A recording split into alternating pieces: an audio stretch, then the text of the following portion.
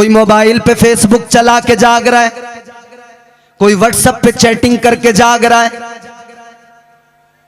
कोई रात को क्रिकेट खेल के जाग रहा है, टूर्नामेंट हो रही है, कोई बैडमिंटन खेल रहा है जाग रहा है, कोई एमपीएल पे टीम बना के सट्टा लगा रहा है फिर जाग रहा है। लोगों ने बहाने अपने अपने हीले ढूंढे हैं रात को जागने के। कोई होटल पे बैठ के चाय की चुस्कियां ले रहा है, दोस्तों के साथ में ठिट्टे लगा रहा है जाग रहा है। कोई शराब के अड्डे पे बैठ के जाग रहा है, कोई जुए के अड्डे पे बैठ के जाग रहा है, कोई जिनाकारी के अड्डे पे बैठ के जाग रहा है। सारी दुनिया पे नजर डाल लो, जागने वाले बहुत हैं और अलग अलग हीले तलाश करके जाग रहे हैं। मगर वो कितने खुशनसीब लोग हैं जो रात को जागते हैं तो किसी हराम काम के लिए नहीं जागते, बल्कि इसलिए जागते हैं कि अल्लाह की रजा हासिल हो जाए, पालने वाला परवरदिगार राजी हो जाए। अब मैं यहाँ पे आपसे एक सवाल करना चाहता हूँ, उलमा तशरीफ फरमा है, तायीद करेंगे। रात अल्लाह ने क्यों बनाई? सुकून के लिए बनाई। अल्लाह ने कुरान में फरमा दिया रात हमने सुकून के लिए बनाई है, आराम के लिए बनाई है। बात समझ रहे हैं आप मेरी? रात अल्लाह ने किस लिए बनाई? जोर से बोलें। सुकून के लिए, आराम के लिए। रात अल्लाह ने आराम के लिए बनाई, बात बिल्कुल दुरुस्त, कुरान का फैसला, इनकार तो कोई कर ही नहीं सकता है। मगर हाँ, अल्लाह के कुरान ने, अल्लाह ने इतना कहा कि रात सुकून के लिए बनाई है। अब ये तो इंसान का अपना मामला है, किसी को बिस्तर पे लेट के सुकून मिलता है, किसी को रात में सजदे में सर झुका के सुकून मिलता है, कोई बिस्तर पे सो जाए तब उसे आराम मिलता है, और कोई अल्लाह की इबादत करे तब उसे आराम मिलता है। ये तो तकदीर का मामला है, ये मुकद्दरों का मामला है। किसको अल्लाह ने क्या दिया, ये अल्लाह की तकसीम है। सुकून तलाश करने वालों, अगर सुकून चाहिए तो सुकून बिस्तर पे लेट के सोने से नहीं मिलेगा। तुम्हें सुकून चाहिए तो सुनो कुरान का फैसला। अगर दिल बेकरार है, बेचैन है, अगर सुकून जिंदगी में नहीं है, अगर आराम जिंदगी में नहीं है, सुकून चाहते हो तो चाय के होटल पे आराम दिल को नहीं मिलेगा, चाय के होटल पे सुकून नहीं मिलेगा, शराब के अड्डे पे सुकून नहीं मिलेगा। बल्कि सुनो, अल्लाह के कुरान ने फरमा दिया, अल्लाह का कुरान तो कहता है अला बिज़िक्रिल्लाहि तत्मइन्नुल कुलूब। अल्लाह ने फरमा दिया दिलों को सुकून मिलता है तो अल्लाह के जिक्र से मिला करता है। तो नारे तकबीर, नारे रिसालत, उलमाए अहले सुन्नत, मसलके आला हजरत, जश्न गौसुल वरा, नारे तकबीर, नारे रिसालत। तो दिलों को सुकून अल्लाह के जिक्र से मिलता है, अल्लाह की इबादत से मिलता है। मगर जब नफ्स इंसान को दूसरे रास्तों पे ले जाए, दूसरे रास्तों पर, दूसरे ट्रैक पर ले जाके खड़ा कर दे, तो फिर उसकी जिंदगी में सिर्फ बेकरारी होती है, सिर्फ इस्तिराब होता है। सुकून तलाश करने वालों को हमने देखा है पार्टियां कर रहे हैं कि सुकून मिले दिल को, कभी तन्हाई में जा रहे हैं कहीं कि फार्म हाउस पे जा रहे हैं, वहां सुकून मिलेगा, रेस्ट करेंगे, इधर उधर भाग रहे हैं, हजारों रुपया खर्च कर रहे हैं सुकून मिले। कोई शराब खाने में जाके शराब पी रहा है कि सुकून मिले, कोई जुआ खेल रहा जाके कि दिल को सुकून मिले। मगर बताओ, ये काम कभी दिल को सुकून दे सकते हैं? ये काम पहले तो बंदा सोचे है किसके। मैं कुरान सुनाऊं आपको, ये काम किसके हैं? कुरान सुनिए, मोहब्बत से बोलिए सुभान अल्लाह। परवरदिगारे आलम ने कुरान मजीद में फरमाया इन्नमल खमरु वल मैसिरु वल अंसाबु वल अज़लाम रिजसुम मिन अमलिश शैतान। अल्लाह ने कुरान मजीद में फरमा दिया शराब पीना, जुआ खेलना, इन कामों का अल्लाह ने जिक्र किया और साफ ऐलान किया रिजसुम मिन अमलिश शैतान। अल्लाह के कुरान ने फरमा दिया ये सारे काम शैतान के काम है। ए लोगों मुझे बताओ, क्या शैतान के कामों से कभी दिल को सुकून मिल सकता है? हरगिज नहीं मिल सकता। तो सुकून तलाश करने वालों, शैतान के कामों से दिल को सुकून नहीं मिलेगा। रहमान का जिक्र करो, दिल को सुकून मिल जाएगा। मगर नफ्स है ना इंसान के साथ, बहकाता बहुत है। अल्लाह तबारक व ताला ने जब नफ्स पैदा किया ना, अल्लाह फरमाता है मैंने इंसान के वजूद के अंदर सबसे बुरी चीज नफ्स पैदा की है। नफ्स, गौर करें, उलमाए कराम तशरीफ फरमाए, जुर्रत कर रहा हूं इनकी मौजूदगी में। नफ्स अल्लाह ने पैदा किया, फरमाया सबसे बुरी चीज नफ्स है। जब अल्लाह ने नफ्स को पैदा किया तो अल्लाह ने फरमाया बता मैं कौन हूं? तो ये नफ्स कहने लगा अंता अंता, अना अना, कहने लगा तू तू है, मैं हूं। अनानियत, नफ्स जब पैदा किया गया ना, तभी से इसके अंदर अनानियत। ये जो आज आदमी कहता है ना मैं हूं, आदमी कहता है मैं इलाके का सरवतदार हूं, मैं इलाके का सरमायादार हूं, मैं बड़ा यहाँ का चौधरी हूं, मैं यहाँ का मनसबदार हूं, ओहदे वाला आदमी हूं, मैं बरतर हूं, मैं अफजल हूं, सब मुझसे कमतर हैं, मेरी बड़ी पोजीशन है, मेरी बड़ी बात है, मेरा बड़ा ओहदा है, बड़ा मनसब है। जो इंसान कहता है मेरा बड़ा मकाम है, ये अपने आप की बात करने वाले, ये अनानियत में गुम हो जाने वाले लोग, याद रखें अनानियत के सबब, इस नफ्स के सबब इंसान के अंदर गुरूर पैदा होता है, घमंड पैदा होता है, तकब्बुर पैदा होता है। और तकब्बुर इंसान को, इंसान के आमाल को बर्बाद कर देता है। तकब्बुर ही तो था, घमंड ही तो था जिसने शैतान को बर्बाद कर डाला। वो यूं तो पहले इबादत गुजार था, मगर इस तकब्बुर की वजह से, इस घमंड की वजह से वो शैतान बना दिया गया। और नफ्स की बात चली है तो सुनो, शैतान पहले शैतान नहीं था, बाद में शैतान बना ना, जब आदम अलैहिस्सलाम को सजदा नहीं किया। अल्लाह ने फरिश्तों को हुक्म दिया व इज़ कुल्ना लिल मलाइकति इस्जुदू लि आदम फसजदू इल्ला इब्लीस। अल्लाह ने फरिश्तों को हुक्म दिया, ऐ फरिश्तों आदम को सजदा करो। सारे फरिश्तों ने सजदा किया, मगर शैतान ने नहीं किया।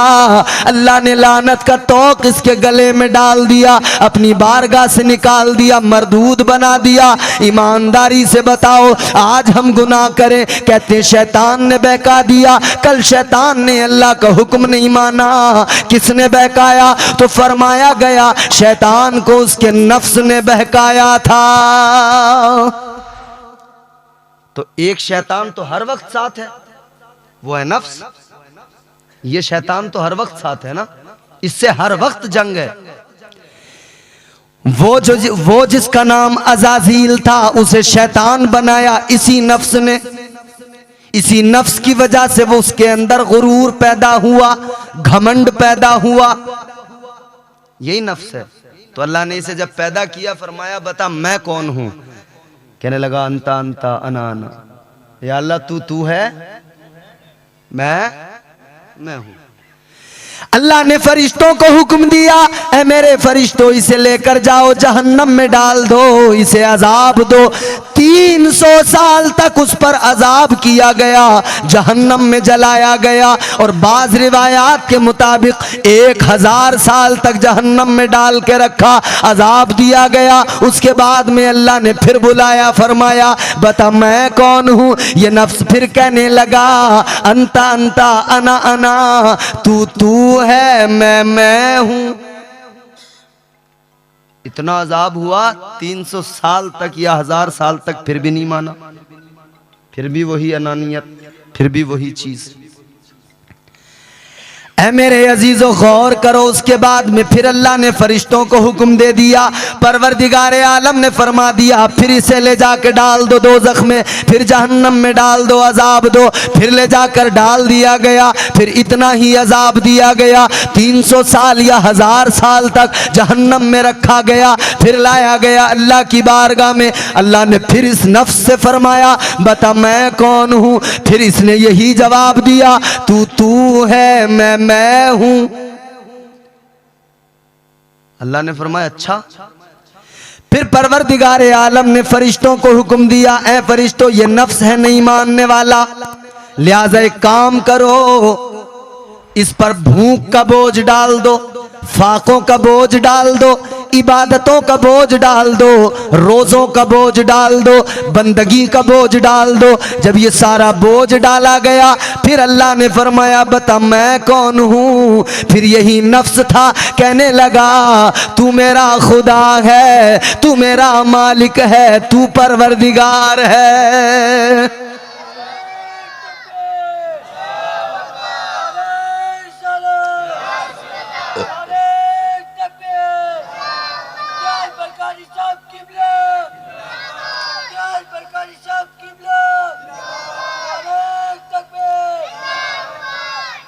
तो यह है नफ्स। तो ये बात तो समझ में आ गई कि नफ्स पर जब तक भूख का बोझ न डाला जाए, जब तक इस पर रोज़ों का बोझ न डाला जाए, जब तक इबादतों का बोझ न डाला जाए, ये तब तक काबू में नहीं आता। अल्लाह ने इबादत और रियाजत का हुक्म बंदों को दिया और औलिया कराम ने इसीलिए तो अपने नफ्स को मार दिया। कैसे मारा? रोजे रख रख के, फाके कर कर के मार दिया। बुजुर्गों ने, अल्लाह के वलियों ने इसीलिए नफ्स को मारा। कैसे मारा? नफ्स कहता था आज रात सोएंगे, मजे से आराम करेंगे, और अल्लाह वाले एक पैर पे खड़े हो के पूरा कुरान पढ़ दिया करते थे। नफ्स कहता था आज रात कुछ नहीं करना है, मजे से सोना है। लेकिन अल्लाह वालों की शान देखो, खुद सरकार गौसे आजम का मकाम देखो। सारी रात आप अल्लाह की इबादत में गुजार दिया करते थे, सारी रात बंदगी में गुजार दिया करते थे। सरकार गौसे आजम रदी अल्लाह ताला अन्हु फरमाते हैं 15 साल तक मैंने हर रोज रात को एक पैर पे खड़े होकर, सारी रात में हर रोज हर रात एक पैर पे खड़े हो कर अल्लाह के मुकम्मल कलाम की यानी कुरान मजीद की तिलावत की, और हर रात एक कुरान मजीद मुकम्मल किया है। ऐसे नफ्स कंट्रोल में आता है, काबू में। मगर नहीं, यहां तो नफ्स पूरी तरह से हावी है। हमारे हजरत ने बड़ी अच्छी इस्लाही बातें की, मौलाना अलीमुद्दीन साहब क़िबला ने। आदमी क्यों नहीं करता? क्योंकि नफ्स उसका उसके कंट्रोल में नहीं है। नफ्स की कई किस्में हैं। नफ्स अम्मारा है जो हर काफिर के पास भी है, हर मोमिन के पास भी है। ये हमेशा बुराइयों की तरफ उकसाता है। फिर अगली मंजिल नफ्स की नफ्स लवामा होती है, फिर मुल्हिमा होती है। फिर एक मंजिल वो आती है जब नफ्स नफ्स मुतमइन्ना कहलाता है। फिर इंसान को कभी गुनाहों की तरफ नहीं लेके जाता, हमेशा नेकियों की राह दिखाता है। आज जुआ खेलने वाले, शराब पीने वाले, बदकारियां करने वाले, नाच गाने करने वाले, शादियों में डीजे बजाने वाले नफ्स का भी शिकार है और शैतान का भी शिकार है। वह शैतान भी बहकाता, उसने भी अल्लाह से वादा कर लिया था। शैतान ने भी अल्लाह की बारगाह में वादा कर लिया था। मगर देखो देखो मेरे अजीजों, जब अल्लाह ने शैतान को निकाला था, जब अल्लाह ने मरदूद किया था, कहा था निकल जा, तो यह हजरत आदम को पलट पलट के देखता था, घूर घूर के देखता था।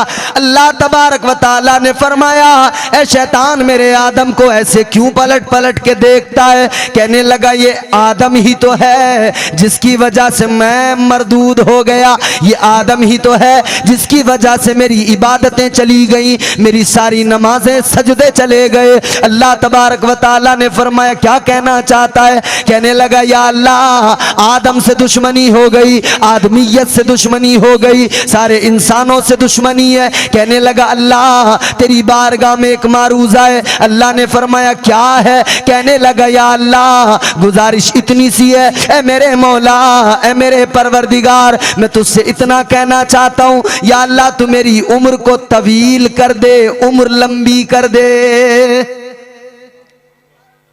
क्या कहा शैतान ने? या अल्लाह तू मेरी उम्र, जोर से बोलो।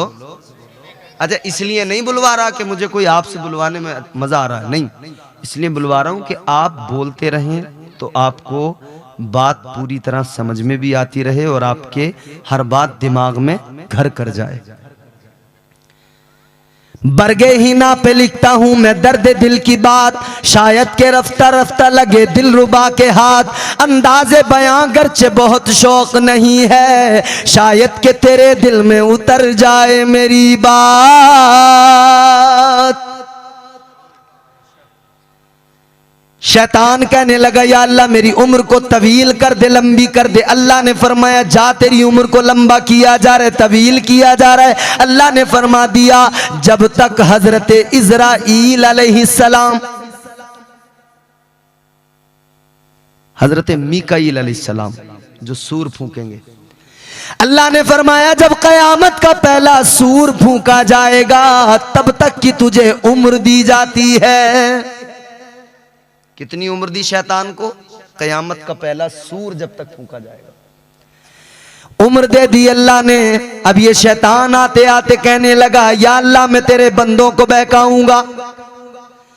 अल्लाह के कुरान ने बताया सुनो इसने क्या कहा, इसने ऐसे ही नहीं कहा, कसम उठाई। कहने लगा क़ाला फ़बिइज़्ज़तिका लअग़वियन्नहुम अजमईन।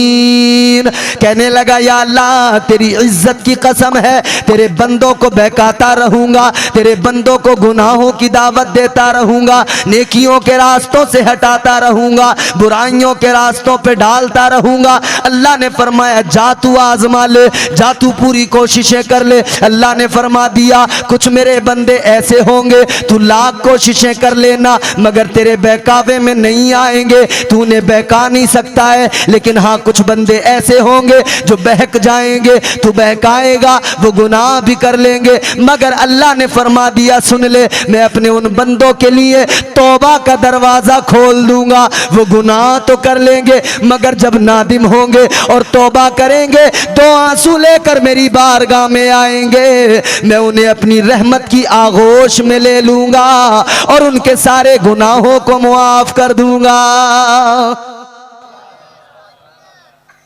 तो अल्लाह ने तो उसी वक्त शैतान से कह दिया था कि मैं अपने गुनाहगार बंदों को मुआफ कर दूंगा।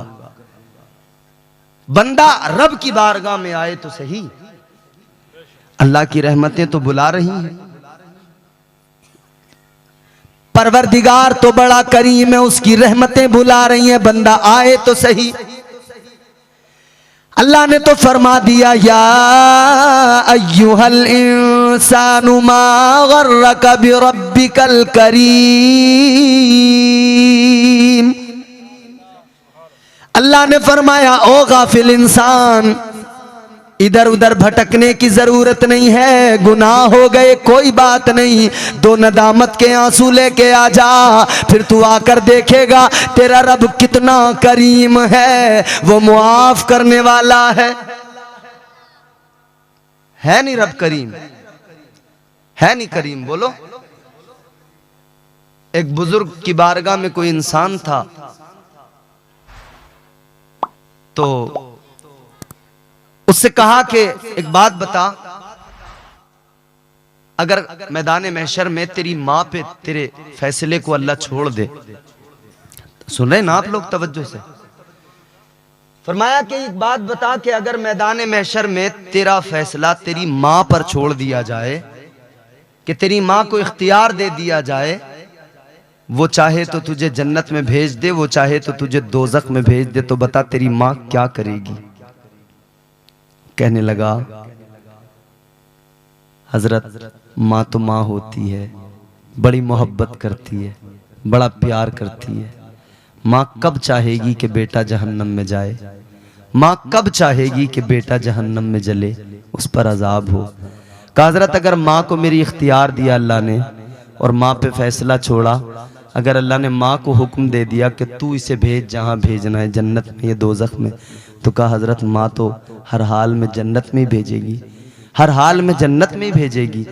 तो उन बुजुर्ग ने फरमाया नादान, अब तू खुद सोच ज़रा, तेरी माँ है, तुझे अपनी माँ पे इतना भरोसा है, इतना यकीन एतमाद है, तू कहता है माँ की मोहब्बत ही ऐसी है, माँ मुझे जन्नत में भेजेगी। उस रब की रहमत पे भरोसा क्यों नहीं करता जो वो रब 70 माँओं से ज्यादा मोहब्बत करता है।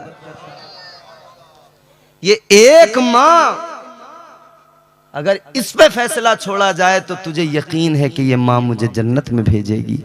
वो रब जो 70 माँओं से ज्यादा, ऐसी 70 माँओं से ज्यादा मोहब्बत करता है, तो फैसला उस पर है, फिर उसकी रहमत पे भरोसा क्यों नहीं करता कि मेरा रब मुझे मुआफ करेगा।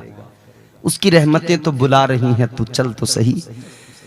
वो नवाजने पे आए तो नवाज दे जमाना, वो नवाजने पे आए तो नवाज दे जमाना, वो करीम ही जो ठहरा तो करम का क्या ठिकाना। गर्दिश में कहां उसके मुकद्दर का सितारा, हो जिसको मयस्सर तेरी रहमत का सहारा। तन्हा है अकेला है तू, यकता है अहद है, गैरत तेरी करती नहीं शिरकत को गवारा। हक ये है कि तुझ बिन कोई माबूद नहीं है तेरे सिवा कौन मददगार हमारा। वो रब तो प्यार करता है ना बंदों से, तो बंदा उसकी ज़ात पे क्यों एतबार नहीं करता, क्यों भरोसा नहीं करता, क्यों नहीं मानता अपने रब के हुक्म को कि मेरा रब मुझसे प्यार करता है। एक सहाबी रसूल आका की बारगाह में आए, अंजुमन सहाबा की लगी है, हुजूर गुफ्तगू कर रहे हैं। एक आराबी, देहात के रहने वाले एक सहाबी तेजी के साथ में हांफते हुए आए आका की बारगाह में। ये भी नहीं देखा कि बात हो रही है सहाबा से, क्या बात चल रही है क्या नहीं, बात मुकम्मल हो तब मैं अपनी बात करूं, नहीं, बस आए और फौरन आते ही हुजूर की बारगाह में कहा या रसूल अल्लाह एक सवाल करना है मुझे। आका एक सवाल करना है। हुजूर ने फरमाया अच्छा बोलो क्या सवाल है।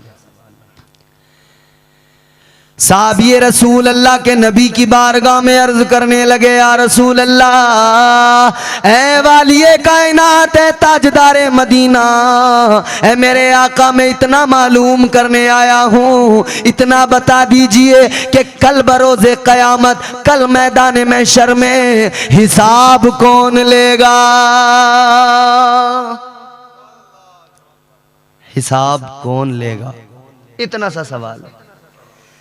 ताजदारे मदीना ने फरमाया, गरीबों के गमगुसार ने मुस्कुरा के फरमाया ऐ मेरे सहाबी सुन ले, कल मैदान महशर में कोई और हिसाब न लेगा बल्कि परवरदिगार हिसाब लेगा, अल्लाह तबारक व तआला हिसाब लेगा। अब इन्होंने इतना जवाब सुना, मुस्कुराए और मुस्कुरा के जाने लगे। मेरे आका ने फरमाया सहाबी आए, आकर सवाल किया और मुस्कुरा के चल दिए। बात कुछ समझ में नहीं आई, जरा बताओ मामला क्या है। अर्ज करने लगे या रसूल अल्लाह आया था तो बड़ा फिक्रमंद था, ऐ ताजदारे मदीना मुझे बड़ी फिक्र लगी थी जब मैं आया था कि क्या होगा मैदान महशर में। तो आका मैं इसीलिए तो मालूम करने आया था हिसाब कौन लेगा। या रसूल अल्लाह अब आपने फरमा दिया हिसाब अल्लाह लेगा, मेरे दिल को सुकून मिल गया, तबीयत मेरी शाद हो गई आका, मेरी फिक्र दूर हो गई।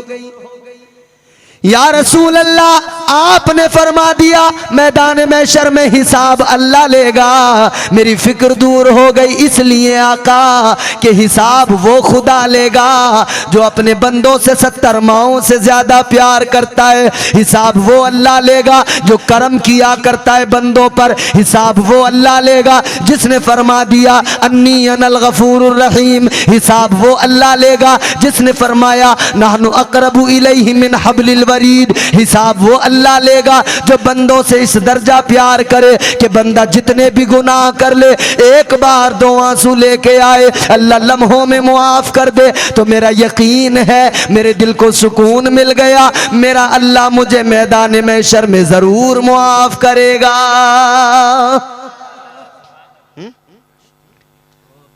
तो बंदा अल्लाह की जात पे भरोसा तो रखे, तवक्कुल अल्लाह। हुजूर की एक हदीस सुनो, मेरे आका ने फरमाया ईमान 2 चीजों के दरमियान है। ईमान 2 चीजों के दरमियान। मेरे आका ने फरमाया पहली चीज है अल्लाह का खौफ दिल के अंदर हो, खौफ खुदा, इत्तकुल्लाह, जिसकी बार बार कुरान में तरगीब दी गई। अल्लाह का खौफ बंदा तौबा करता रहे। अच्छा, तौबा वही तो नहीं करता जो निडर होता है, वही तो गुनाहों से दूर नहीं रह पाता जो निडर होता है। उससे कोई परवाह नहीं होती, वो कहता जो होगा देखा जाएगा, यार मरेंगे तब का तब देखेंगे, आज का आज देखते हैं। भाई बाज लोगों का ये होता है कि नहीं, वो कहते हैं जी जब होगा जो होगा देखा जाएगा, मौत के वक्त पे जो होगा मरेंगे तब देखेंगे। मौत को बड़ा हल्का समझ लिया लोगों ने, बड़ा हल्का। जानते हो मौत कितनी सख्त है, बात से बात निकलती है। 2 बातें यहां पे बता के आगे बढ़ूंगा। आज हमने मरने को बड़ा आसान समझ लिया, हम समझते हैं कि मौत बड़ी आसान है। याद रखना मेरे अजीजों, आज हम अपनी आंखों से देखते हैं एक शख्स बीमार है, आखिरी सांसें ले रहा है, उसके मुंह में पानी चम्मच से यूं डाला जा रहा है। 1 चम्मच पानी डाला, उस बीमार आदमी ने वो 1 चम्मच पानी निगल लिया, दूसरा चम्मच पानी लेके लबों के करीब तक आए, पता लगा जिस्म से जान निकल चुकी है। दूसरा चम्मच डाल ही ना सके पानी का।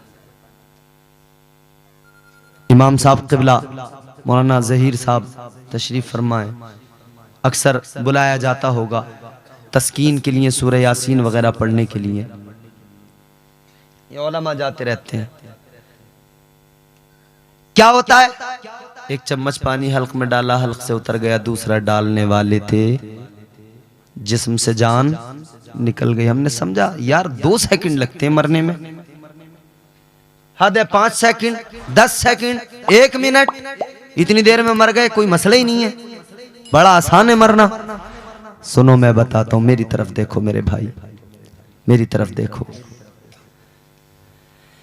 अल्लाह के प्यारे पैगंबर जनाबे हजरत मूसा अलैहिस्सलाम, आपने फरमाया मरना इतना आसान नहीं है। आप फरमाते हैं एक जिंदा बकरी हो और यूं खींच के उसकी खाल उतारी जाए। आप फरमाते हैं जब यूं खींच के जिंदा बकरी की खाल उतारी जाए, जितनी तकलीफ उस बकरी को होती है उससे भी कहीं ज्यादा मौत के वक्त में मरने वाले को तकलीफ होती है। कितना आसान समझ लिया ना हमने मरना। नाच रहे मजे से, शादियों में डीजे बजा रहे, कभी इधर को सोचा मरना।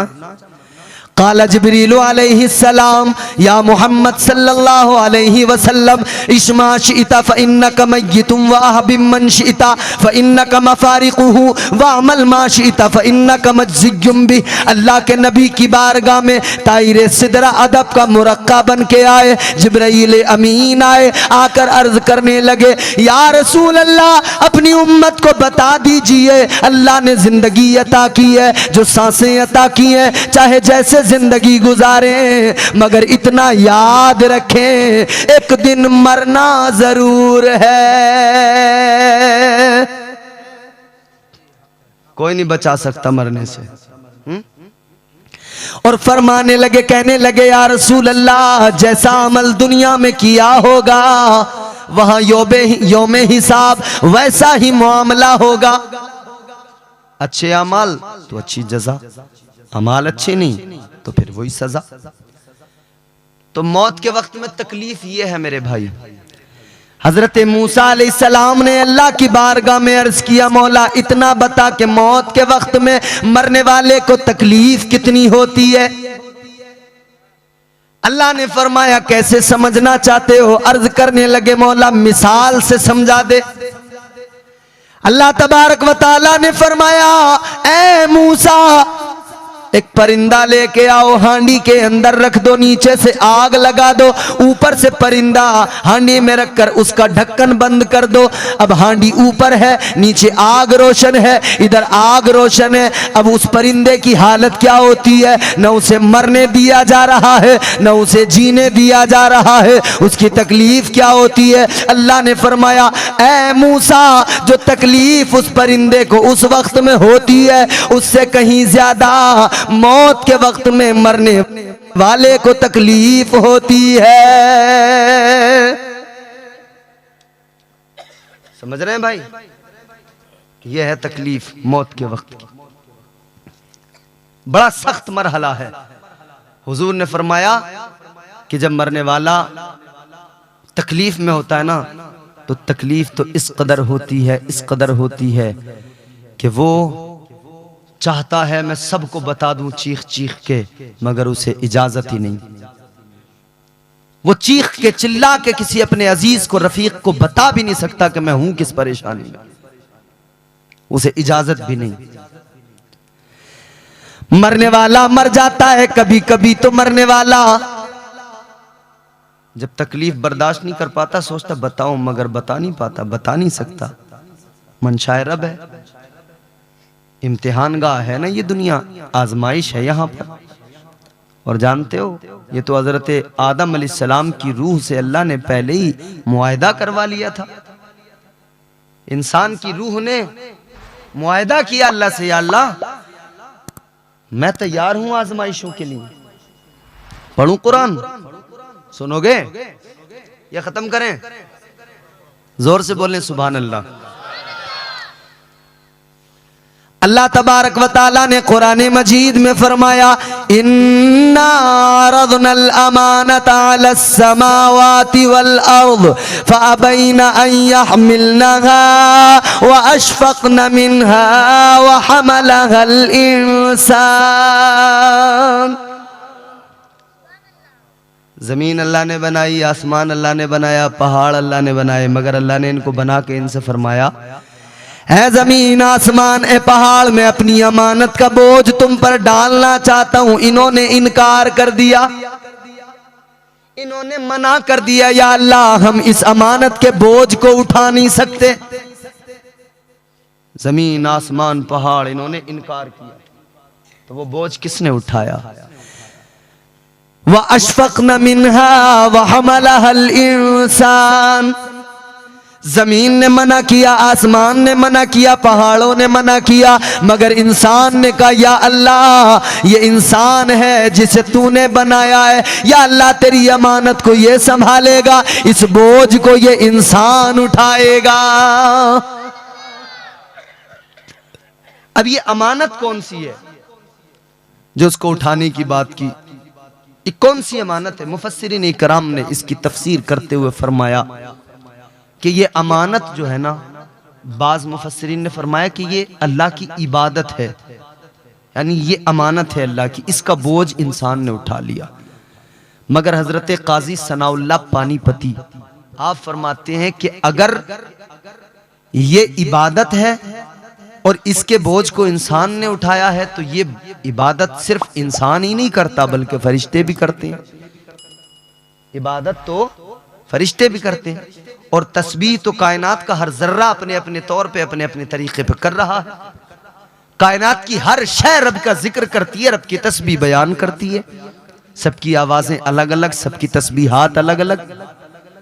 तो आपने फरमाया कि ये जो अमानत है ना अल्लाह की, ये इबादत नहीं है, ये अमानत का बोझ इबादत नहीं, ये कुछ और है।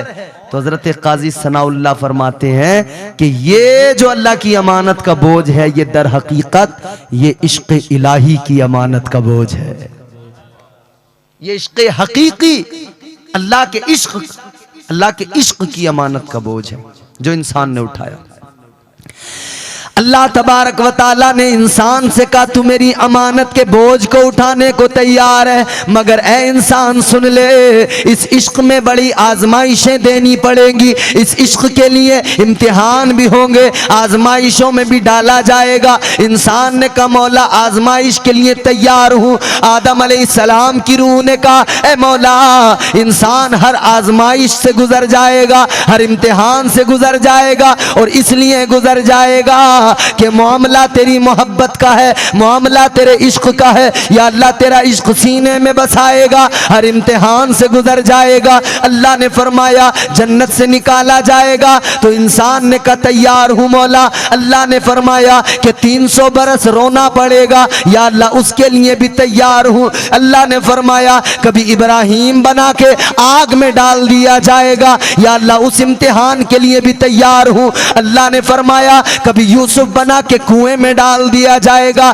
या अल्लाह उस इम्तिहान के लिए भी तैयार हूँ। अल्लाह ने फरमाया कभी बाप बना के बेटे की गर्दन पे छुरी रखवाई जाएगी, या अल्लाह उस इम्तिहान के लिए भी तैयार हूँ। अल्लाह ने फरमाया कभी कुएं से निकाल के खोटे सिक्कों में बिकवा दिया जाएगा, ये भी इम्तिहान होगा, या अल्लाह इस इम्तिहान के लिए भी तैयार हूँ। अल्लाह ने फरमाया ये भी आजमाइश होगी कि फिर मिस्र में ले जाके बेचा जाएगा, या अल्लाह इसके लिए भी तैयार हूँ। अल्लाह ने फरमाया फिर यह भी इम्तिहान होगा कि मछली के पेट में 40 दिन रहना पड़ेगा, या अल्लाह इसके लिए भी तैयार हूँ। अल्लाह ने फरमाया इम्तिहान आगे बढ़ेगा, यह भी इम्तिहान होगा कि कभी तुम्हें आखिरी पैगंबर बना के जब इंसानी लिबादे में, इंसानी शक्ल सूरत में, इंसानी लबादे में जब आखिरी पैगंबर बना के भेजा जाएगा, तो ताइफ में पत्थर भी खाने पड़ेंगे, या अल्लाह ये भी आजमाइश के लिए तैयार है, इस इम्तिहान के लिए भी तैयार है। अल्लाह ने फरमाया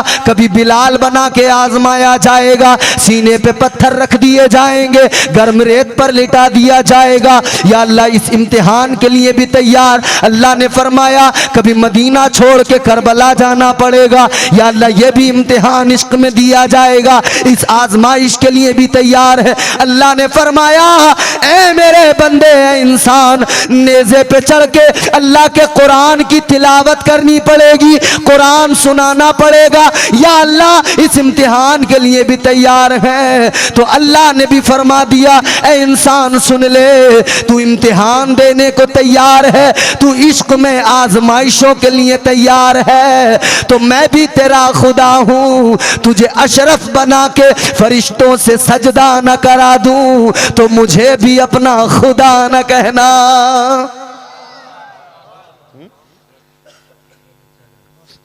ये अमानत इलाही है, अल्लाह का इश्क जो हमारे सीनों में है, ये इश्क हकीकी है, इसकी अहमियत को समझो। हजरत यूसुफ अलैहिस्सलाम बड़े खूबसूरत थे, बोलो बहुत हसीनो जमील, बहुत हसीनो जमील। मेरे हुजूर ने फरमाया कि अल्लाह ने हुस्न के 10 हिस्से किए। कितने? अल्लाह ने हुस्न के 10 हिस्से किए, 9 हिस्से अल्लाह ने अकेले हजरत यूसुफ अलैहिस्सलाम को अता फरमाए, और 1 हिस्सा हुस्न से पूरी कायनात में जो हुस्न नजर आता है, 1 हिस्सा हुस्न है, और उस 1 हिस्सा हुस्न में भी हजरत यूसुफ का हिस्सा है, क्योंकि आप कायनात में भी तो हैं, तो जो कायनात को 1 हिस्सा हुस्न मिला, उसमें हजरत यूसुफ का भी हिस्सा। इतने हसीनो जमील, बताऊं हुस्न हजरत यूसुफ का आए है, सुभान अल्लाह। फरमाया गया हजरत यूसुफ अलैहिस्सलाम का हुस्न ये था, ये जो हल्क है ना, ये गला, हम कुछ खाते यहीं से उतरता ना। हजरत यूसुफ अलैहिस्सलाम कुछ खाते थे, तो गले से जब वो चीज उतरती थी, तो इतनी खूबसूरत, इतनी खूबसूरती आपके अंदर, इतना हुस्न कि वो चीज यूं गले से उतरती साफ नजर आती थी। पानी पिए तो पानी साफ नजर आता है, खाने का लुकमा मुंह में रख के नीचे जाए हलक में उतरता हुआ साफ दिखाई देता है। ये हजरत यूसुफ अलैहिस्सलाम का हुस्न है, चेहरे पर नकाब डाल के रखते थे। जुलेखा का दिल आ गया, मोहब्बत करने लगी। वो भी एक पूरी दास्तान है, अगर सुनाने लगूं तो उसी में वक्त गुजर जाए, जल्दी आगे बढ़ना है मुझे। मोहब्बत करती हैं, किस कदर मोहब्बत करती हैं जनाब जुलेखा। उम्र गुजर गई मोहब्बत करते करते, मगर यूसुफ अलैहिस्सलाम ने कभी आंख उठा कर नहीं देखा। बंद कमरे में ले गई 7 तालों के अंदर, कहा यूसुफ जल्दी करो। अपना एक दुपट्टा उतारा, अपना बुत रखा था उस पर डाल दिया।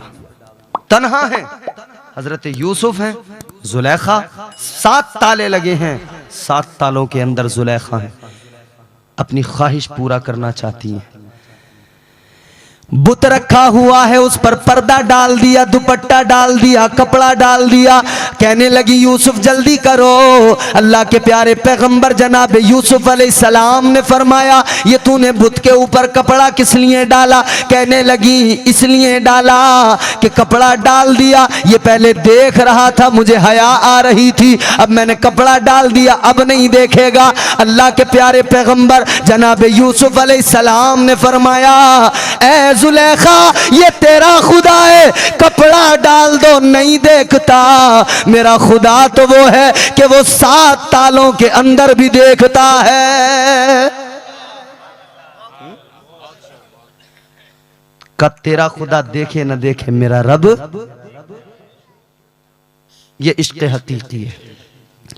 मजाजी इश्क से यूसुफ अलैहिस्सलाम ने खुद को बचाया, इश्क हकीकी है अल्लाह से। अब वहां से निकले, आप जा रहे हैं, अब अल्लाह का करम देखो, पैगंबर का मौजिजा देखो, 7 ताले लगे हैं। हजरत यूसुफ आगे चले, जुलेखा पीछे दौड़ी पकड़ने को, यूसुफ आगे दौड़े, जुलेखा पीछे दौड़ी। जैसी पहले ताले के पास दरवाजे पे पहुंचे, ये देखो मौजिजा, अल्लाह का करम हुआ, खुद ब खुद ताला खुल गया, दरवाजा खुल गया।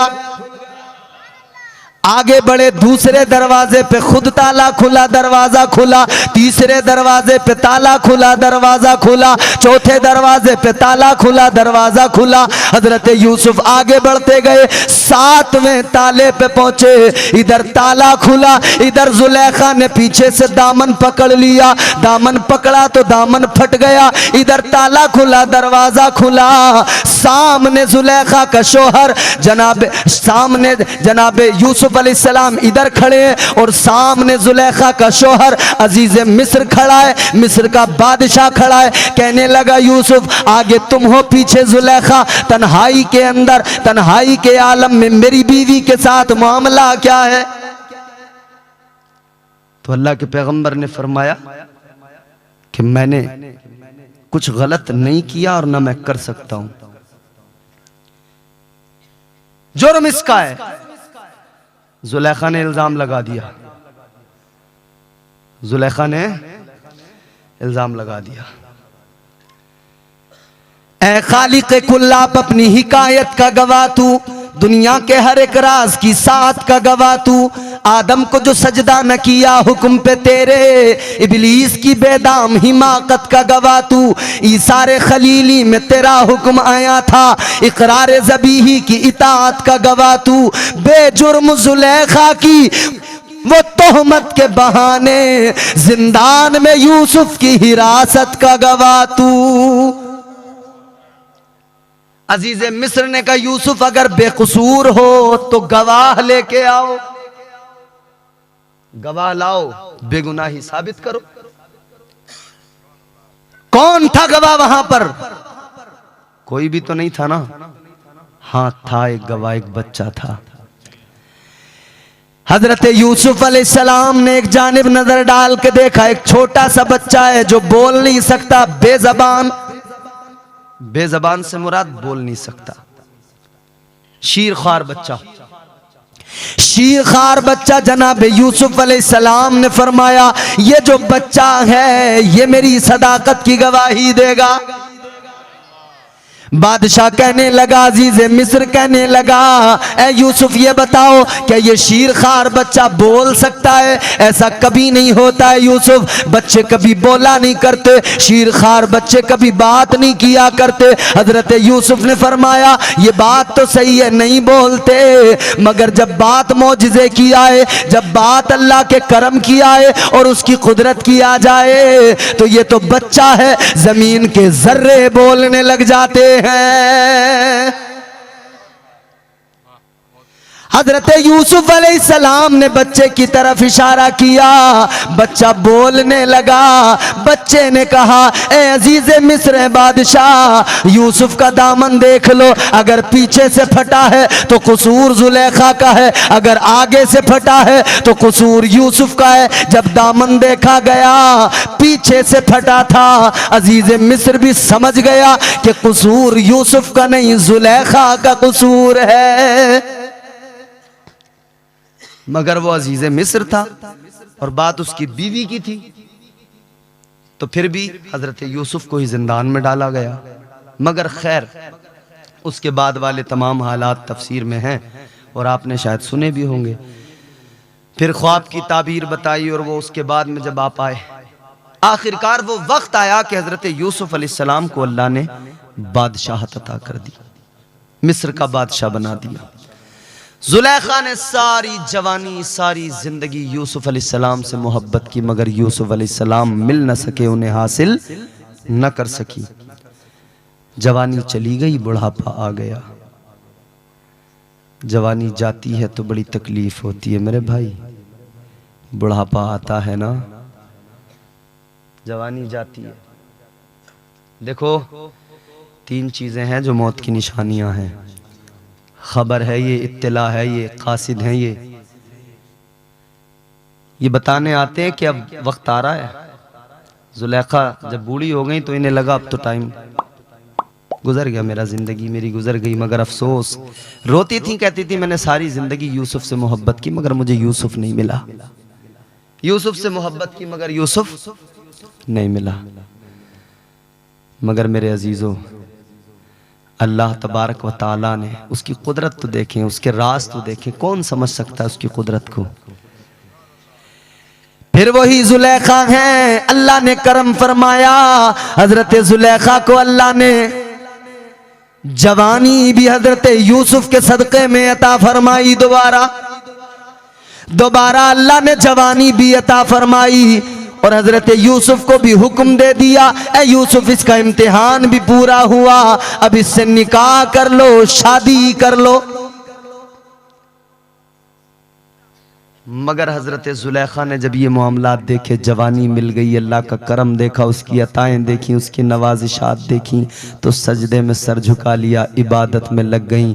फिर बैठ गई एक तरफ इबादत और रियाजत में। अब हजरत यूसुफ अलैहिस्सलाम कहते हैं जुलेखा निकाह कर लेते हैं, जुलेखा तुम्हारे करीब में आना चाहता हूँ। जुलेखा कहती है अभी नहीं यूसुफ, अभी नहीं यूसुफ। हजरत यूसुफ कहते हैं जुलेखा क्या हुआ, एक वक्त वो था तुम मुझे हासिल करना चाहती थी, पूरी जिंदगी तुमने लगा दी, मगर सुनो जुलेखा आज मैं तुम्हारे करीब आना चाहता हूं तो तुम मुझे करीब नहीं आने देती। जुलेखा का जवाब सुनना, तड़प जाओगे, दिल मचल जाएगा।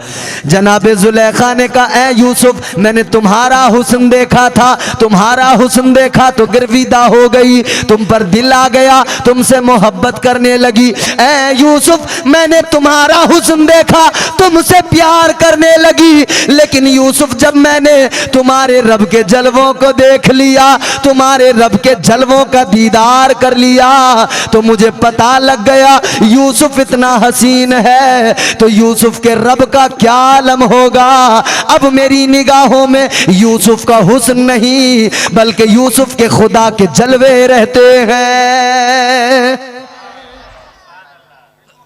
ये इश्क हकीकी है, ये इश्क हकीकी है। इश्क तो इश्क होता है मेरे भाई, समझ रहे हैं। आखिरी बात,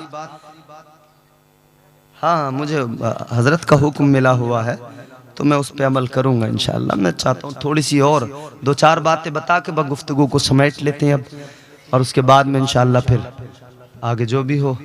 हजरत मौलाना ज़हीर साहब जलसे की कार्रवाइयाँ इनकी जिम्मेदारियाँ हैं, इनके सुपुर्द हैं। ज़रा मोहब्बत से बोलें सुभान अल्लाह। ये इश्क है। एक अल्लाह के वली गुजरे हैं, मैं नाम बताता हूँ आपको। हजरत मौलाना अकरमुल कादरी, अकरमुल हक अलैहि रहमा। एक दुआ है उनकी, बड़ी मारूफ, बड़ी मशहूर, तमाम इदारों में पढ़ी जाती है, बहुत सारे इदारों में, ये तमाम उलमा जानते हैं। तू मेरा खालिक व मालिक है, मैं बंदा तेरा, जर्रे जर्रे से आया जलवे ज़ेबा तेरा। ये एक दुआ है पूरी। मगर उन्होंने, अल्लाह वाले तो उनकी बातें निराली होती है ना, उन्होंने इश्क का मफहूम बयान किया। इश्क का मफहूम अल्लाह वाले ने बयान किया, उसकी कैफियत ही अलग है। इश्क तो इश्क है मेरे भाई, जिसे हो जाए बस वही जानता है इश्क होता क्या है। एक दुनियावी मजाजी इश्क है कि किसी से किसी को मोहब्बत हुई, वो कहता है मैं इसके बगैर जिंदा नहीं रह सकता। किसी नौजवान को किसी से मोहब्बत हो जाए, सारी रात लिहाफ में मुंह दबाएगा, रजाई में मुंह दबाएगा, फोन पे बात करते करते पूरी रात गुजार देगा। अभी रिश्ता तय नहीं हुआ ढंग से कि फोन पे बात पहले शुरू हो गई, सारी रात जागने में बात करने में गुजर जाती है। सुबह को उठ के फिर अब्बा कहते हैं काम पे जा, तो इसे नींद आ रही होती है, तो टूलता फिरता रहता है, काम भी सलीके से नहीं कर पाता। और जब आदमी मुसलसल जागेगा तो कमजोर भी होगा, चेहरे पे भी उसका असर दिखाई देगा। माँ बाप परेशान होते हैं, बेटे की जब से शादी की बात पक्की की है समझ में नहीं आ रहा, कमजोर होता चला जा रहा। मगर यहाँ मामला ये है कि पूरी रात वो सो कब रहा है, वो तो बात कर रहा है पूरी रात। सोए तब तो कुछ बात हो ना। कह रहा मैं रहूंगा नहीं, इसके बगैर मर जाऊंगा। कह देता अब्बा मेरी शादी अगर इससे नहीं करवाई तो मैं जहर खा लूंगा, मर जाऊंगा, मेरी शादी इसी से करा दो। ये मजाजी मोहब्बत है। मजाजी मोहब्बत करने वालों इतना याद रखना, ये मजाजी मोहब्बत है जो रुसवा करवा देती है, जलील करवा देती है। ये मजाजी मोहब्बत है, तुम कहते हो मर जाऊंगा उसके बगैर, लेकिन जिंदा नहीं रहूंगा, मर जाऊंगा। अगर वो ना मिला तो जिंदगी गुजारना मुश्किल। मगर कैसी मोहब्बत, जब वो मिल जाए तो शादी को 4 दिन नहीं गुजरते, लड़ाई पहले शुरू हो जाती है। ये मजाजी मोहब्बत है। अब फिर यह आलम हो गया कि एक दूसरे की सूरत नहीं देखना चाह रहे, फिर वो बुरी नजर आ रही है। असल में बात यह है कि पहले उसने फोन में फोटो देखा था, और वो फोटो की तो यार बात ऐसी है, फोटो वीडियो आदमी कुछ और होता है, उसमें कुछ और दिखाया जाता है। फिल्टर इतना खतरनाक लगता है कि बिल्कुल काला आदमी बिल्कुल गोरा उजला नजर आता है, बिल्कुल कलवा हो, फिल्टर एक लगता है बिल्कुल भूरा गोरा। मेरे भाई याद रखना, आदमी इतना खूबसूरत नहीं होता जितना ये आजकल के मोबाइल में और टीवी में दिखाया जाता है। मगर हाँ, आदमी इतना बदसूरत भी नहीं होता जितना आधार कार्ड में दिखाया जाता है?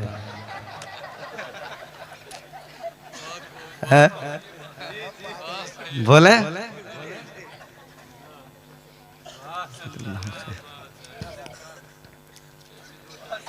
ये मजाजी मोहब्बत है जो रुसवा कर देती है, जलील कर देती है। अब सूरत देखने को तैयार नहीं, एक दूसरे की लड़ाई झगड़े कर रहे हैं। कहते जब से तेरे साथ में शादी हुई जिंदगी दुश्वार हो गई, जिंदगी का चैनो सुकून खत्म हो गया। कल नहीं सोचा था माँ बाप की दस्तार पे जूते रख के निकलूंगा तो मेरी जिंदगी कैसे आसान हो सकेगी। माँ बाप की इज्जत को पामाल कर दूंगा तो जिंदगी कैसे आसान होगी। जिंदगी तो मुश्किल होती जाएगी, जिंदगी तो दुश्वार होती जाएगी। याद रखना, अगर माँ बाप की इज्जत को नीलाम करके बर्बाद करके निकलोगे, माँ बाप को रुसवा करोगे, अल्लाह कभी तुम्हें इज्जत नहीं देगा, कभी तुम्हें कामयाब कामयाबी नहीं मिल सकती है, बल्कि मेरे आका ने फरमाया जिसने माँ बाप का दिल दुखाया उसे आखिरत की तो बात छोड़ो दुनिया में भी जलील होता है। आका ने फरमाया लाख सजदे कर ले, इबादतें कर ले, बंदगी कर ले, मेरे आका ने फरमाया सारी इबादतें उसके मुंह पे मार दी जाएंगी। अगर माँ बाप राजी नहीं है तो अल्लाह का नबी भी राजी नहीं है, कायनात को पालने वाला खुदा भी राजी नहीं है। तो ये मजाजी मोहब्बत है। मजाजी मोहब्बत में कुछ नहीं रखा मेरे अजीज, जिंदगी तबाह हो जाती है, इंसान जलील हो जाता है। मगर मैं तुझे बताऊं इश्क हकीकी क्या होता है। इश्क हकीकी की बात सुनो। इश्क हकीकी ये होता है जो बिलाल को ताजदारे मदीना से हो गया। इश्क हकीकी यही तो होता है कि रहते हैं कर्न के अंदर, रहते हैं यमन के अंदर, और मदीने में आका अपना सीना खोलकर उस तरफ मुंह करते हैं, ठंडी ठंडी सांसें ले रहे हैं। 3 दिन गुजर गए, 3 दिन रोजाना नबी ने मदीने के एक मकाम पे खड़े होकर यमन की तरफ मुंह किया, अपने बटन खोले और यूं आका ने लंबी लंबी सांसें ली, ठंडी आहें भर रहे हैं। हजरत अबू बकर भी देखते हैं, हजरत उमर भी देखते हैं, अली भी देखते हैं, हजरत उस्मान भी देखते हैं। अब जब 3 दिन गुजर गए तो कहा या रसूल अल्लाह मामला क्या है, इधर से कौन सी ठंडी हवाएं आती हैं। अल्लाह के नबी ने फरमाया ए अली, ए उमर, ए अबू बकर, सुनो सुनो, इधर जो है मशरिक है और मशरिक में मुल्क यमन है और यमन में इलाका करन है और करन में एक मेरा आशिक रहता है। मैं इधर खड़ा होके अपने आशिक की खुशबू महसूस करता हूं। ये इश्क हकीकी है। मोहब्बत लफ्ज़ो माना में कभी लाई नहीं जाती, ये वो नाजुक हकीकत है जो समझाई नहीं जाती। मोहब्बत के लिए कुछ खास दिल मखसूस होते हैं, ये वो नगमा है जो हर साज पर गाया नहीं जाता। मगर इश्क के हवाले से जो अल्लाह के वली ने अशार कहे वो सुनाता हूं आपको। अल्लाह वाले के अशार, इसमें देखो एक हकीकत है, आरिफाना कलाम में आपके सामने रख रहा हूं। 4 मिसरे आप फरमाते मोहब्बत करने वाला रहम के काबिल नहीं होता, हमारा उक़्दे मुश्किल किसी से हल नहीं होता। चढ़ा जाते हैं वो 2 फूल, ये उनकी इनायत है, मज़ारे इश्क तो कांटों के भी काबिल नहीं होता। अल्लाह वाले का नजरिया देखो इश्क को लेकर। इश्क हकीकी क्या है, इश्क को समझो। जब बंदे को इश्क हो जाए तो इश्क किसी को बाबा फरीद बनाता है, इश्क किसी को गौसे आजम बना देता है। ये इश्क ही तो है। इश्क इंसान की अहमियत बढ़ा देता है, इश्क इंसान के मरातिब बुलंद कर देता है। हुजूर ने यूं सीना खोल के लंबी लंबी सांसें ली। या रसूल अल्लाह क्या है? फरमाया मेरा आशिक यमन में रहता है, कर्न में रहता है, ओवैस उसका नाम है। हुजूर ने निशानियां बताई। मेरे आका ने फरमाया वाली कौनैन ने फरमाया ए मेरे सहाबा, ए अली, ए उमर, सुनो, उसके हाथ पर एक निशान है सफेद, और उसकी निशानी ये है जब दुनिया हंसती है तो वो रोता है, और जब दुनिया रोती है तो वो हंसता है। ये इश्क है, ये इश्क है मेरे प्यारे। आशिक जब अपनी पे आ जाए, रेत के घरों दे बनाए और फिर कह दे जन्नत बनाई है बेच रहा हूं, अल्लाह की कसम आशिक वो है कि वो जमीन पे बैठ के जन्नत का सौदा कर देता है।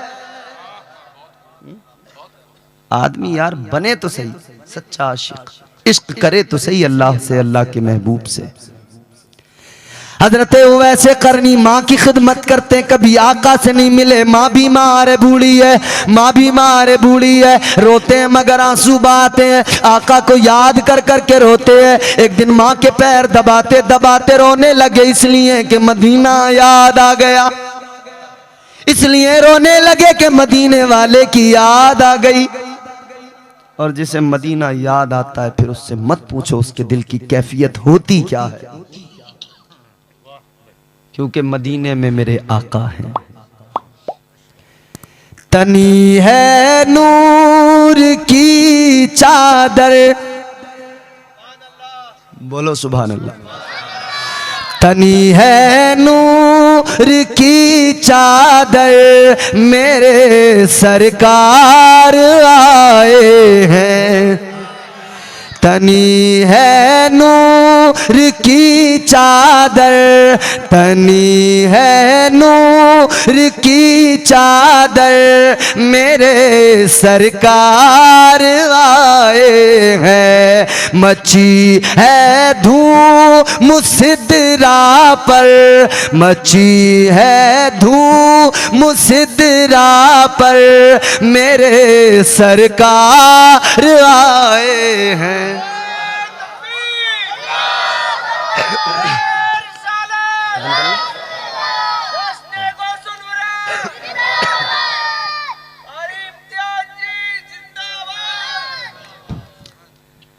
मुसलसल हो रही है आसमां से नूर की बारिश, मुसलसल।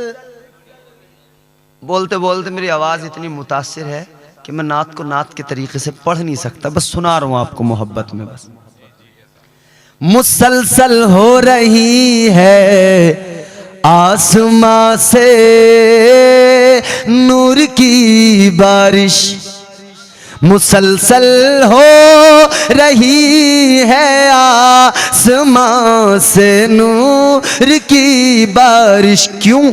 सरापा नूर के पैकर, सरापा नूर के पैकर मेरे सरकार आए हैं।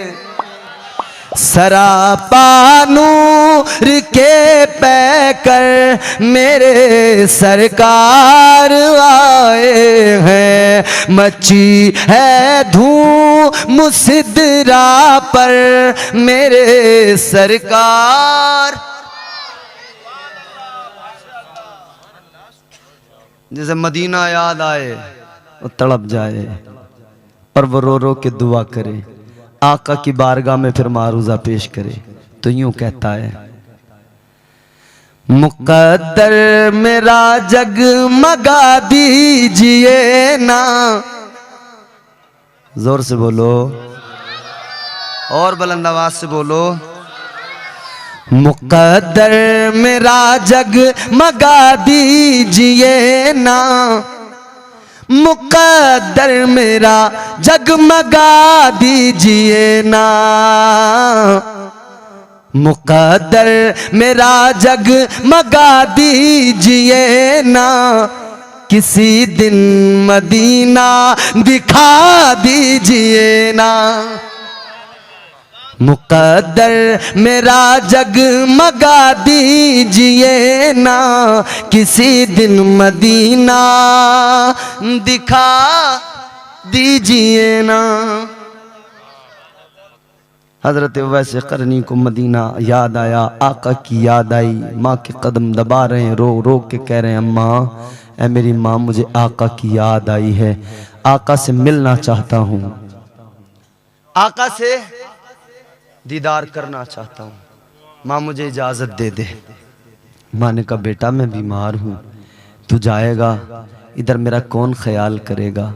उधर सहाबा ने भी कहा था ना हुजूर से, या रसूलल्लाह आशिक है आपका तो कभी मिलने क्यों नहीं आता।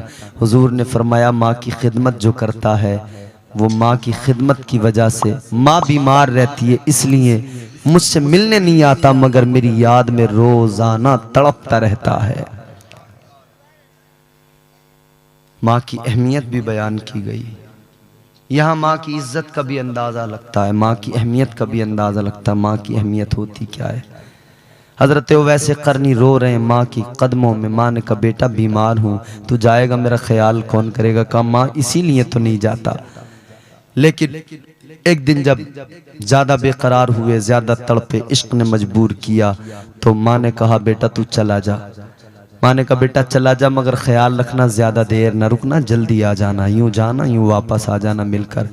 हज़रत उवैस करनी इधर निकले हैं माँ की इजाज़त लेके, उधर मेरे मुस्तफ़ा हुजरे से निकले हैं, ताजदार मदीना वाली कौनैन सल्लल्लाहु ताला अलैहि वसल्लम अम्मा आयशा से कह के निकले हैं, ए आयशा मैं जा रहा हूँ, ज़रा बाहर अभी वापस आऊँगा, कोई अगर मुझे मालूम करने आए, कोई अगर मुझे तलाश करने आए तो उसको बता देना, उसको रोक लेना, कहना बैठ जाए, मैं भी आ जाऊँगा। अल्लाह अकबर। इधर नबी निकले, इधर आशिक आ गया, इधर नबी आगे गए हैं बाहर, इधर आशिक मदीने में आ गया, मदीने में कदम रखा है आशिक ने तो चीखें निकल रही हैं, रो रहा है आशिक नबी का। हज़रत उवैस करनी मदीने के बच्चों को सीने से लगा लगा के रो रहे हैं, कह रहे हैं मदीने के बच्चों तुम कितने खुश नसीब हो, उस हवा में सांस लेते हो जिस हवा में मेरा नबी सांस लेता है। ऐ मदीने के बच्चों तुम कितने खुश नसीब हो, उन खुशबुओं को सूंघते हो जो मेरे नबी के जिस्म से निकलती हैं। ऐ मदीने की हवाओं तुम भी खुश नसीब हो, नबी के लबो रुखसार को बोसे दिया करती हो, नबी के जिस्म को छू कर निकलती हो। अल्लाह अकबर कबीरा। आगे बढ़े हैं और मेरे आका के दरवाजे पर हुजरे मुबारक पर पहुँचे हैं ना, तो इधर आवाज़ दी है अंदर से। अम्मा आयशा ने कहा था कौन? कहा मैं आका का एक दीवाना गुलाम हूँ। अम्मा आयशा ने कहा था बैठ जाओ, नबी बाहर गए हैं। कहा रोने लगे, चीख निकली। कहा मुझे इतना वक्त नहीं कि रुकूं और ज़ियारत किए बगैर जाऊं, ये भी मेरे कदमों में पैरों में ताकत नहीं। मगर देखिए गौर कीजिए, हज़रत आयशा सिद्दीक़ा रज़ी अल्लाह ताला अन्हा फरमाती हैं कि वो दीवाना वो कहने लगा, वो आशिक कहने लगा। हज़रत उवैस करनी ने कहा अम्मा नबी तो नहीं मिल सके, ज़रा आप पर्दे में हो जाइए, मैं वो हुजरा ही देख लूं जहां मेरा मुस्तफ़ा आराम करता है।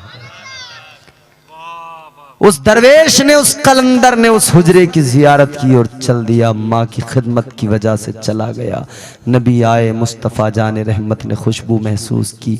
नबी ने फरमाया आयशा बताओ कौन आया था या रसूल अल्लाह? एक दरवेश आया था, एक गुलाम आपका आया था। नबी की आंखें भीग गई, आंसू आ गए।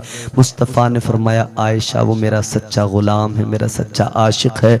ऐ लोगो, फिर यही आशिक था, मेरे नबी ने अपना जुब्बा दिया था हज़रत अली को, फरमाया था अली ये जुब्बा लेके जाना, उवैस को तलाश करना, उसको देना, कहना उवैस इसको पहन लो और इसे पहन के मेरी उम्मत की बख्शिश की दुआ करो। मौला अली हजरत उमर गए, तलाश किया, मिल गए। मैं इख्तिसार के साथ आपको बता रहा हूँ, मौला अली ने जब जुब्बा दिया फरमाया नबी की उम्मत के लिए जरा दुआ कर दो। हजरत उवैस करनी ने जुब्बा लिया, का यहीं ठहरो जरा साइड में जाता हूँ। गार की तरफ गए, जुब्बा रखा, अल्लाह की बारगाह में रो रो के दुआ करने लगे, मौला मैं तेरे नबी का, तेरे महबूब का गुलाम हूँ। ऐ परवरदिगार ये जुब्बा तेरे महबूब ने भेजा है कि पहन के दुआ करूं, मगर मालिक मेरी भी जिद है, या अल्लाह मैं भी दीवाना हूँ, या अल्लाह मैं भी गुलाम हूँ, मैं भी जिद कर रहा हूँ। या अल्लाह इस जुब्बे को उस वक्त तक नहीं पहनूंगा जब तक तू मेरे आका की उम्मत की बख्शिश ना कर देगा। हजरत उवैस करनी रदी अल्लाह ताला। तो ये इश्क़ हकीकी है, इंसान को इश्क़ हकीकी हो जाए तो इंसान की ज़िंदगी संवर जाती है, इंसान की ज़िंदगी कामयाब हो जाती है। बदलें भाई ज़िंदगी का मेयार और वलियों को पहचाने, विलायत को पहचाने। अल्लाह ताला हम सबको नेक आमाल की तौफीक अता फरमाए और परवरदिगार दोनों जहान में हम सबको सुरखरुई सरबलंदी नसीब फरमाए। अस्तगफिरुल्लाह रब्बी मिन कुल्लि ज़ंबिन व अतूबु इलैह व मा अलैना इल्लल बलाग। बुलंद शरीफ, बुलंद आवाज़ से कलमा शरीफ पढ़िए, ला इलाहा इल्लल्लाहु मुहम्मदुर रसूलुल्लाह। अस्सलाम।